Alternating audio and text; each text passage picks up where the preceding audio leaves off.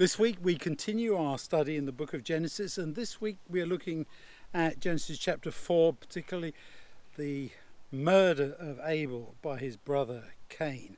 The title is Cain and His Legacy. And I think one of the most shocking things of the whole of Scripture is how quickly humanity degenerated. The very first human being conceived, born, is a murderer. He kills his brother. And we can read about the experience of Cain and his anger issues, his hostility, all those kinds of things. But it's still a shock, a surprise, that he would take things to that level and to go out into the field and kill his brother there. And then to say, am I my brother's keeper? What's it to do with me? Do I care? No. And then, as the title of the lesson says, it's Cain and his legacy. How things went from there. You remember God's discussion with him about how sin is lurking at your door, as it were, ready to take you. Cain complains that what he's going to suffer is more than he can bear. He goes off, starts a city, would you believe? He's the one who begins that, how could you best say that? The alternative line. The one that is not the line of salvation. It is the line of rebellion, following the devil's rebellion there in the first place. Some quotes for this time.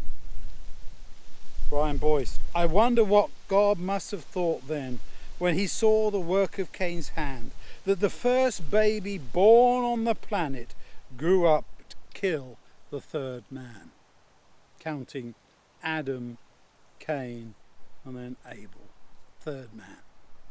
It really is a tragedy, and we probably don't even want to concentrate on that. We don't want to think about it because it is just so bad that is the way things were. And yet the line that continues on from Cain, not just there, but then on through the antediluvians, the people who lived before the flood, Tower of Babel, on and on and on. That is the line of Cain, which is so predominant, tragically, in this world. And not just there, but in the other line of Seth as well, there were problems.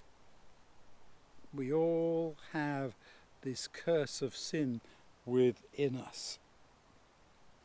I want to take you also to some of the other biblical material. Hebrews 11:4. Even though Abel has been dead for a long time, he speaks to us through what he did. He was the faithful one. He was the good son, and he paid for his goodness with his life. Micah asked what would please God in Micah 6 verse 7, you know that. Isaiah 1:11, the issue of meaningless sacrifices, just going through the motions. God was asking them to come to him, to approach him in a way that would be meaningful. And that was the challenge. Cain wanted a do-it-yourself religion, not following what God said, saying, I can do this myself, and if he wants this or that and the other, I don't care. I'm just going to do whatever I want. We cannot be like Cain, who belonged to the evil one and murdered his brother. Why did he murder him? Because Cain did what was evil while his brother did what was right, says John in 1 John 3:12. That's it, isn't it? Cain chose the line of evil. Abel chose the line of doing what was good and right. And that's been the choice ever since. Making the right choice. Cain made the right choice. He gave in to his sinful nature. He allowed himself to get angry and mad, upset with the situation, even mad with God, arguing with God, and not wanting to respond, having that rebellious spirit. Pray that this week we will remember where that led and choose to follow the example of our loving Lord and always be true to the truth and the right, following him every day of our lives.